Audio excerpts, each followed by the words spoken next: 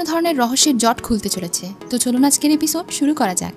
এপিসোডের শুরুতেই দেখতে পাই চিং হোয়ান সেই ডিমন রাজার কাছে এসে বাবা বলে ডাকি। আসলে চিং হোয়ান আর কেউ নয়, বরং এই লোকটার মেয়ে ছিল, অর্থাৎ সে ছিল ডিমন রাজকন্যা, যে কিনা এই ক্ল্যানে এসে ইচ্ছে করে এতদিন অভিনয় করেছিল। বাইজির মন জয় করে এখানেই থাকছিল যেন সে তার বাবাকে এখানে থেকে মুক্ত করতে পারে। আসলে এই সবকিছুই ছিল তাদের প্ল্যানের অংশ। লাস্ট টাইম সে যখন তার বাবার রুমে প্রবেশ করেছিল তখন সে তার বাবার সঙ্গে কথা বলেছিল আর তার বাবাকে এখান থেকে মুক্ত করার চেষ্টা করেছিল ওই দিনই। কিন্তু সে তার বাবাকে এখানে থেকে মুক্ত করতে পারেনি, কারণ এই কক্ষে এমন এক ধরনের ধোঁয়া ছড়ানো হয় যে ধোঁয়ার কারণে তার বাবার সমস্ত শক্তি সিল হয়ে গিয়েছে। এই ঔষধের অ্যান্টিডোট যতক্ষণ না সে গ্রহণ করবে ততক্ষণ সে এখানে থেকে যেতেও পারবে না আর বাঁচতেও পারবে না। এই জন্য চিং হোয়ান ইচ্ছে করে সেই পয়জনের হালকা গন্ধ নেয় আর অজ্ঞান হয়ে থাকার ভান করে, যেটা দেখে বাইজি তার জন্য কান্নাকাটি করে সেই ঔষধ নিয়ে আসে এবং তাকে খাওয়ায়। কিন্তু সে কৌশলে এই ঔষধটা নিজের মুখ থেকে বের করে নেয় আর এখন সে ওই ঔষধ নিয়ে সে তার বাবাকে দেয় আর তার বাবাকে সম্পূর্ণরূপে সুস্থ করে দেয়। এখন তার বাবা তাকে জানায় সে এখানে দীর্ঘদিন থাকার কারণে কুংফু ভুলে গিয়েছে। এই মাউন্টেনের শত শত সদস্য আছে আর তারা শুধুমাত্র 2 জন, এই জন্য এখানে থেকে বের হওয়া তাদের জন্য এত সহজ হবে না। চিং হোয়ান তার বাবাকে বলে, আমি আপনাকে আমার নিজের জীবনের বিনিময়ে হলেও বাঁচাবো। তখন তার বাবা তাকে বলে, আমি এত কষ্ট করে তোমাকে বড় করেছি মেরে ফেলার জন্য, তবে তোমার যে বরফের পাওয়ার আছে সেটা আমাদেরকে এখানে থেকে বের হতে সাহায্য করতে পারে।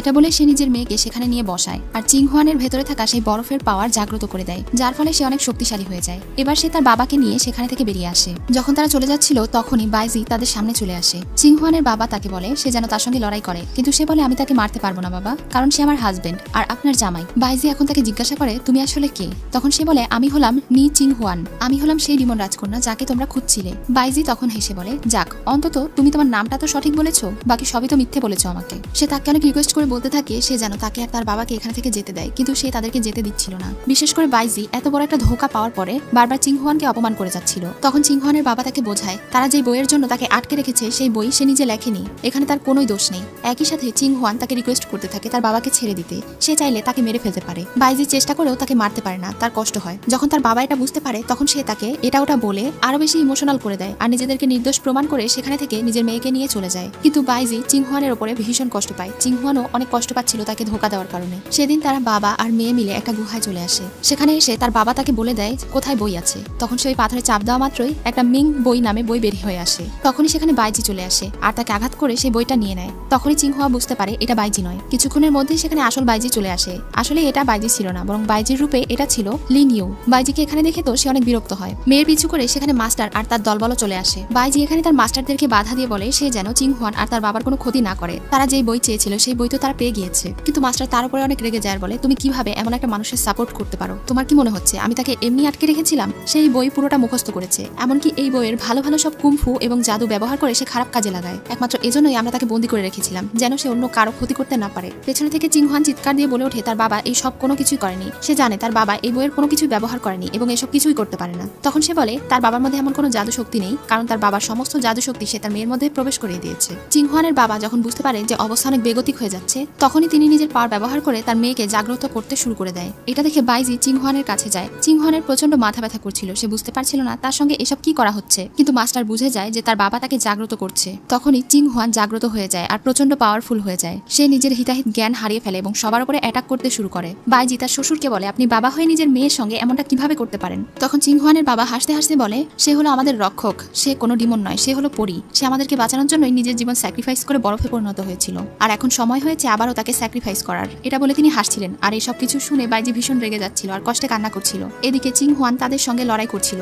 এটা দেখে সে তাদেরকে বাঁচানোর জন্য চিং হোয়ানের সামনে চলে আসে। তাকে দেখা মাত্রই বাইজির জ্ঞান ফিরে আসে, সে তাকে মারে না আর তাদেরকে বাঁচানোর জন্য সেখানে থেকে দৌড়ে পালায়। বাইজিও তার পিছু পিছু চলে যায় আর এখানে মাস্টার চিং হোয়ানের বাবাকে মেরে ফেলে। বাহিরে বাইজি যখন চিং হোয়ানকে গিয়ে ডাক দেয় তখন চিং হোয়ান আবারও সে পাওয়ারের বসে চলে এসেছিল। সে তার গলা চেপে ধরে। বাইজি বারবার তাকে মনে করানোর চেষ্টা করে যে সে তার হাজবেন্ড। তখনই আস্তে আস্তে চিং হোয়ানের সবকিছু মনে পড়তে শুরু করে। যখন তার সবকিছু মনে পড়ে যায় তখন সে বাইজিকে ছেড়ে দেয়। এই সবকিছুর জন্য তার ভীষণ খারাপ লাগে। বাইজি তাকে বলে, তুমি মন খারাপ করো না, আমি সবসময় তোমার পাশে আছি, আমি তোমাকে প্রোটেক্ট করব। তখনই সেখানে মাস্টার চলে আসে আর চিং হোয়ানকে মারতে চায়, কিন্তু বাইজি তার মাস্টারকে বাধা দেয়। এতে তার মাস্টার ভীষণ রেগে যায়। সে তার মাস্টারকে বলে, সে যেমনই হোক না কেন সে আমার ওয়াইফ আর সে আমার জীবন বাঁচিয়েছে। সে তো আপনাদের কোনো ক্ষতি করেনি, তার বাবা ক্ষতি করেছে, আমি তাকে কিছুতেই মারতে দেব না, তাকে মারতে হলে আমার উপর দিয়ে যেতে হবে। তার এইসব কথা শুনে চিং হোয়ানের অনেক ভালো লাগে। বাইজি এবার তাকে বলে তুমি ভয় পেও না, আমি তোমার পাশে আছি, আমি তোমাকে প্রোটেক্ট করব। কিন্তু চিং হোয়ান তাকে বলে আমি তোমাকে মুক্তি দিলাম। এটা বলেই সে তাকে ধাক্কা দেয় আর নিজে পাহাড় থেকে লাফ দেয়। বাইজি তাকে বাঁচাতে চাইছিল কিন্তু তার মাস্টার তাকে ধরে রেখেছিল এবং অনেক খুশি হয়ে গিয়েছিল। চিং হোয়ান এমনটা করেছিল যেন সে তাদের আর কোনো ক্ষতি না করে, এমনকি তার হাজবেন্ডেরও কোনো ক্ষতি করতে না পারে। মানুষের ভালোর জন্য এবার সে নিজের জীবন স্যাক্রিফাইস করলো। আর এটা দেখে বাইজি ভীষণ কষ্ট পেল। সেই দিনের পর থেকে বাইজি মাউন্টেন ছেড়ে দিয়েছিল, সে আর তাদের সদস্য থাকেনি এবং নিজে আলাদা একটা জায়গায় এসে বসবাস করে। সে তার বাকিটা জীবন এখানেই একা একা কাটিয়ে দিয়েছে। সে প্রায় বৃদ্ধ হয়ে গিয়েছে কিন্তু এখনো সে চিং হোয়ানকে ভুলতে পারেনি। সে বলছিল এই জীবনে আমি তোমাকে না হয় না পেলাম কিন্তু পরের জীবনে আমি তোমাকে পেতে চাই। এভাবেই তাদের এই জীবন শেষ হয়ে যায় আর ওইদিকে ফুলপরির একটা পাপড়ি ঝরে যায়। এখন পৃথিবীতে আবারও তাদের দ্বিতীয়বার জন্ম হয়। বাইজিকে আবারও একটা রাজ্যে দেখানো হয়। সে বেশ অসুস্থ ছিল, তার অবস্থা খারাপ ছিল। তার সঙ্গে একটা প্রহরী কথা বলছিল। সে বলছিল আপনি লিন রাজ্যের প্রিন্স হয়েও এই রাজ্যে এসে আপনাকে হোস্টেজ হিসেবে থাকতে হচ্ছে। আর এই সেং রাজ্যে আসার পর থেকে প্রিন্সেস আপনার সঙ্গে খুবই দুর্ব্যবহার করে যাচ্ছে।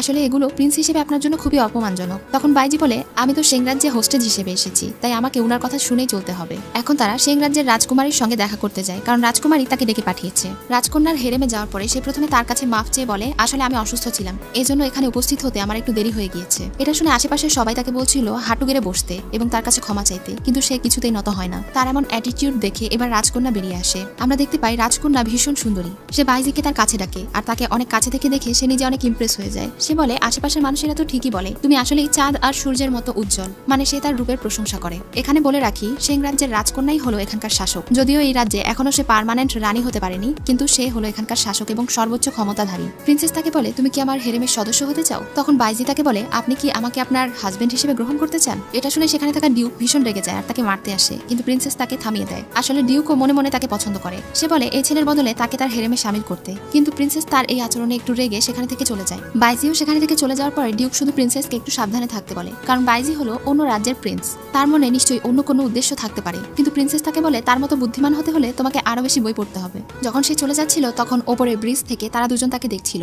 ডিউক প্রিন্সেসকে বলছিল আমার মনে হয় না তার প্রতি এত ভালোবাসা রাখা আপনার ঠিক হবে। তখন সে বলে আমি তাকে কতটা ভালোবাসলে সে আমার গোলামি করবে। এটা বলে সে ওখানে থেকে চলে যায়। এদিকে বাইজিকে দেখি, সে তার স্বপ্নে আগের জন্মের দৃশ্যগুলো দেখছিল। সে ভীষণ ভয় পেয়ে যায়, কিন্তু সে চিং হোয়ানের চেহারা দেখতে পায় না। চিং হোয়ানের নাম বলে চিৎকার দিয়ে সে ঘুম থেকে ওঠে। তখনই প্রিন্সেস তাকে বলে চিং হোয়ান তো আমার নাম, কিন্তু তুমি কিভাবে জানলে? তখনই সে লাফ দিয়ে বিছানা থেকে নেমে তার লোকদেরকে ডাকতে শুরু করে যেন তারা তাকে তার ড্রেস নিয়ে এসে দেয়, কিন্তু সেখানে কেউ ছিল না। চিং হোয়ান তাকে বলে তুমি আমার সামনে এত লজ্জা কেন পাচ্ছ? তুমি তো পোশাক পরেই আছো, আমি কি তোমাকে খেয়ে ফেলবো নাকি? বাইজি তাকে জিজ্ঞাসা করে আপনি এখানে কেন এসেছেন? আমি তো বলেছি আমি আপনার হেরেমে শামিল হব না, আর হেরেমে আমাকে এত কি প্রয়োজন? এতদিন হলো আমি এখানে আছি, কখনো তো আমাকে বলেননি। তখন সে বলে আসলে তোমাকে তো এর আগে কখনো দেখিনি, কিন্তু তোমাকে দেখার পরে মনে হয়েছে তুমি আমার মতোই, তাই আমি খুবই খুশি হব যদি তুমি আমার হেরেমে আসো। এটা বলে সে ওখানে থেকে চলে যায়। এরপর প্রিন্সেস তার হেরেমের কাজগুলো সারে। এদিকে আমরা প্রিন্স বাইজিকে দেখি, তার লোক এসে তাকে জানায় তাদের রাজ্যে আবারও প্রিন্সেস চিং হোয়ান অ্যাটাক করেছে, তাদের অবস্থা অনেক খারাপ। তখন সে তার লোকের সঙ্গে পরামর্শ করছিল কিভাবে তার রাজ্যের মানুষকে কিছুটা সাহায্য করা যায়। তখনই সেখানে চিং হোয়ান চলে আসে। কোনো অনুমতি ছাড়াই সে ভেতরে প্রবেশ করে বসে পড়ে। তখন রাজা বাইজি তার কাছে যায় আর জিজ্ঞাসা করে সে এখানে হঠাৎ কেন এলো। রাজকুমারী চিয়াং হোয়ান তাকে সেই টাকার নোটটা দেখিয়ে বলে এটা চিনতে পারছো 10 লক্ষ টাকার নোট, তুমি দেখছি অনেক বড় হৃদয়ের মানুষ। আসলে বাইজি তার লোকের সঙ্গে একটু আগেই টাকার বিষয়ে কথা বলছিল যেটা সে তার লোকদের কাছে পাঠিয়েছে, কিন্তু রাজকুমারী এটা সম্পর্কে জেনে ফেলেছে। এটা দেখে তো বাইজি একটু ভয় পেয়ে যায়। চিং হোয়ান এখন তার গলায় তরোয়াল ধরে। বাইজি তো ভয়ে কাঁপছিল। তখন সে তার গলা না কেটে তার শার্টের বোতাম খুলে দেয় আর তার কাছে গিয়ে তাকে বলে তুমি কি এখনো বুঝতে পারোনি যে এই সেং রাজ্যের সবচেয়ে পাওয়ারফুল হলাম আমি, আর তুমি আমাকে না জানিয়ে ভেতরে ভেতরে এইসব কিছু করে ফেলছো। তখন বাইজি এই সব কর্মকাণ্ডের জন্য তার কাছে থেকে ক্ষমা চায় আর বলে আমার দেশের মানুষের জন্য আমার খুবই করুণা হচ্ছিল, এজন্যই পাঠিয়েছি। তখন প্রিন্সেস বলে বুঝতে পেরেছি, তোমার জায়গায় আমি হলে আমিও হয়তো এই একই কাজ করতাম, তবে তুমি চাইলে আমি হাজারো সৈনিকদেরকে ছেড়ে দিতে পারি, আমি তাদেরকে মারবো না, কিন্তু এজন্য তোমাকে কিছু একটা করতে হবে। তখন সে বলে আমাকে কি করতে হবে? প্রিন্সেস বলে তুমি কি এখনো বুঝতে পারছো না? এটা বলে সে তাকে খারাপ ইঙ্গিতে বোঝায়। তখন সে বলে এমনটা সম্ভব না, আপনি কি আমার সঙ্গে মজা করছেন? তখন রাজকুমারী তাকে বলে তুমি তাহলে আবারও ভেবে দেখো, কারণ হতে পারে আগামীকালকে আমি আমার মাইন্ড চেঞ্জ করে নিতে পারি, তখন তুমি আমার কাছে ভিক্ষা চাইলেও আমি আর তোমাকে এই সুযোগ দেবো না। এটা বলে যখনই সে চলে যাচ্ছিল তখনই সে রাজকুমারীকে কিস করে দেয়। এরপরে রাজকুমারী তাকে জিজ্ঞাসা করে তুমি কি এর আগে অন্য কোনো মেয়েকে কিস করেছো? তখন সে বলে না, এটাই প্রথম। তখন রাজকুমারী বলে আমি তোমার প্রথম এবং শেষ হতে চাই,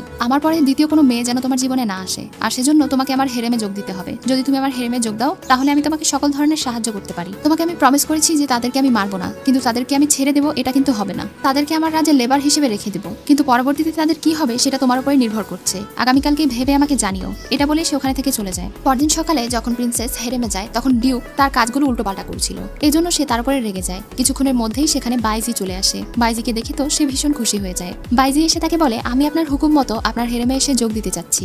এটা শুনে তো সে আরো খুশি হয়ে যায়। সেই দিন রাতে বাইজি বাইজিকে অনেক সুন্দরভাবে গোসল করানো হয় এবং তার লোকগুলো তাকে ভালোভাবে প্রস্তুত করে বাসর ঘরে ঢোকায়। তখন প্রিন্সেস চিং হোয়ান তার কাছে আসে, তার পাশে শুয়ে পড়ে, তাকে অনেকক্ষণ দেখতে থাকে, কিন্তু তার সঙ্গে সে কিছু না করেই তার পাশে ঘুমিয়ে পড়তে চায়। এটা দেখে বাইজি অনেক অবাক হয়ে যায় আর তাকে বলে, আপনি যে কারণে আমাকে ডেকেছিলেন সেটা না করে ঘুমিয়ে যাচ্ছেন। আজকের রাতটা খুবই দীর্ঘ হতে চলেছে, তাহলে এই রাতে আপনি কি করতে চান? তখন সে বলে, আমি শুধু তোমাকে দেখতে চাই, তুমি যেভাবে আছো এভাবেই থাকো। তখন সে চিং হোয়ানের কাপড় সরাতে চাইলে চিং হোয়ান রেগে যায়। বাইজি বুঝে যায় যে সে এর আগে কখনোই কোনো ছেলের সঙ্গে ঘুমায়নি। সে বলে, আপনি সত্যি করে বলুন, এর আগে তো আপনি কখনো মনে হয় কোনো ছেলের সঙ্গে ঘুমাননি, তাই না? রাজকুমারী বিষয়টিকে ইগনোর করে আর বলে, তুমি আজকে আমার সঙ্গে যেভাবেই আছো প্রতিদিন এভাবেই থাকবে। যখন তোমাকে আমি আমার রাজা বানাবো সেই দিন আমাদের প্রথম রাত হবে, ততদিন পর্যন্ত আমরা এভাবেই থাকবো আর সারা রাত আমি তোমাকে দেখবো। এটা শুনে বাইজি তার কপালে একটা কিস করে আর বলে, ঠিক আছে, এটাই হবে। এভাবেই তারা দুজন পাশাপাশি শুয়ে সারা রাত কাটিয়ে দেয়। এরপর থেকে প্রতিদিন বিকেলে তারা দুজন অনেক সুন্দর সময় পার করতো। রাজকুমার বাইজি তাকে মিউজিক শোনাতো। আস্তে আস্তে তারা দুজন একে অন্যের সঙ্গে ফ্রি হতে শুরু করে।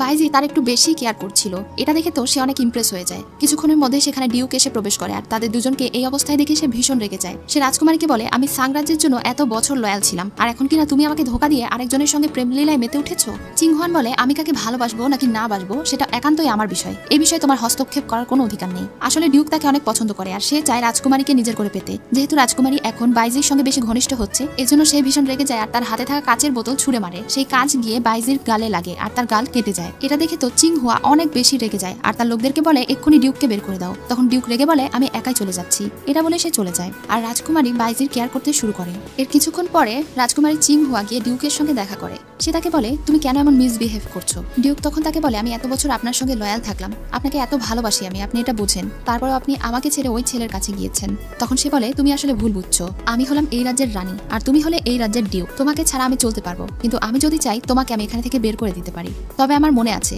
আমি যখন ছোট ছিলাম তখন থেকে তুমি আমাকে সাহায্য করেছো এই রাজ্য পরিচালনায়। তোমার সঙ্গে আমার একটা গভীর সম্পর্ক গড়ে উঠেছে, সেটা হচ্ছে ভাই বোনের। আমি তোমাকে নিজের ভাই মনে করি, সেই হিসেবে একটা ভালোবাসার স্থান তোমাকে আমি দিয়েছি। তাই বলে বাইজির সঙ্গে তুমি নিজেকে কম্পেয়ার করতে পারো না। সেই হলো প্রথম এবং শেষ ছেলে যার সঙ্গে আমি শুয়েছি। তাই তুমি তোমার এই রাগ আর পরবর্তীতে বৃদ্ধি করো না। এটা শুনে ডিউক অনেক কষ্ট পায় আর বলে, বুঝতে পেরেছি। এটা বলে সে ওখানে থেকে উঠে চলে যায় আর ড্রিঙ্কস করতে শুরু করে।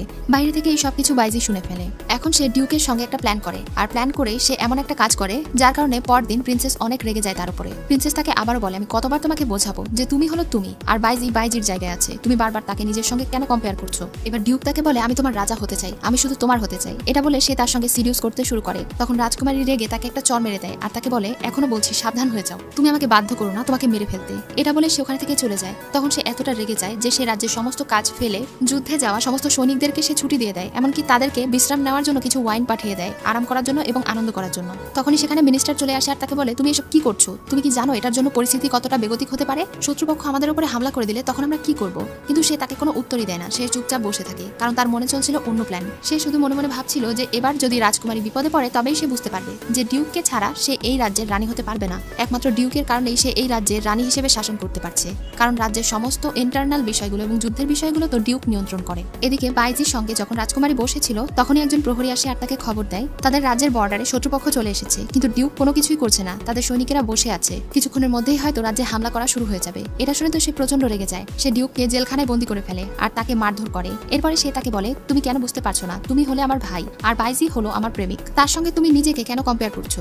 তখন সে চিৎকার করে বলে, কারণ আমি সবসময় তোমার হাজবেন্ড হতে চেয়েছিলাম, তুমি তোমার পাশে আমাকে একটু জায়গা দাও তাহলেই তো হয়। কিন্তু সে কিছুতেই তাকে মেনে নেবে না। রাজকুমারী যখন দেখতে পায় ডিউক একদম অবাধ্য হয়ে গিয়েছে তখন সে তাকে বলে, তুমি আসলে কি চাও? ডিউক তখন বলে, হয় তুমি আমার রানী হবে নয়তো আমি এই সবকিছু ছেড়ে দেবো, দরকার হলে আমি মারা যাবো, তারপরেও আমি ওই বাইজির সঙ্গে তোমাকে দেখতে পারবো না। তখন সে তাকে বলে, তাহলে তুমি মরো। এটা বলে সে ওখানে থেকে চলে যায়। কিছুক্ষণ পরে রাজকুমারী মিনিস্টারকে ডেকে পাঠায় আর সে তাকে বলে, ডিউককে যেন শাস্তি হিসেবে এই রাজ্যের বর্ডারে রেখে আসা হয়, সে যেন কখনোই এই রাজ্যে ফিরতে না পারে। মিনিস্টার তাকে রিকোয়েস্ট করে বলে সে যেন ডিউককে এই ধরনের শাস্তি না দেয়, তাহলে রাজ্য অচল হয়ে পড়বে। কিন্তু রাজকুমারী তার কথাই শোনে না। সে তাকে বলে, আমি যা বলেছি তাই হবে। এরপরে মিনিস্টার ডিউকের সঙ্গে দেখা করে, তার জন্য ভালো ভালো খাবার নিয়ে যায়। সে তাকে বলে, তোমার সঙ্গে আজকে আমার শেষ দেখা, আমাদের রাজকুমারী চিয়াং হুয়া ডিসিশন নিয়েছে যে সে তোমাকে রাজ্যের বর্ডারে পাঠিয়ে দেবে। এটা শুনে ডিউক অনেক কষ্ট পায় আর হাসতে হাসতে বলে, সে যখন আমাকে চাই না তখন এত বড় অপমান সহ্য করার থেকে আমি নিজেকে শেষ করে দেবো। এটা বলে সে ওখানে থাকা ভাঙা কাচের টুকরো নিয়ে নিজের গলায় আঘাত করে আর আত্মহত্যা করে মারা যায়। চিয়াং হুয়া যখন ডিউকের আত্মহত্যার খবর পায় তখন তো সে একদম ভেঙে পড়ে, কারণ সে কখনোই ভাবেনি যে ডিউক আত্মহত্যা করে ফেলবে। এজন্য তার মনটা ভীষণ খারাপ হয়ে যায়। একই সাথে সে বুঝতে পারছিল না যে এখন এই রাজ্যের কি হবে, কে এই রাজ্য পরিচালনা করবে। তাহলে কি রাজকুমারীকে এই রাজ্য ত্যাগ করতে হবে? নেক্সট পার্টে অবশ্যই তোমরা সেটা জানতে পারবে। এখানে আজকের এপিসোড শেষ হয়ে যায়। তো আজকের এই এপিসোড তোমাদের কেমন লাগলো অবশ্যই কমেন্ট করে জানিয়ে দিও। আর এমনই আরো সুন্দর সুন্দর ড্রামা পেতে আমার চ্যানেলে সাবস্ক্রাইব করে রেখো।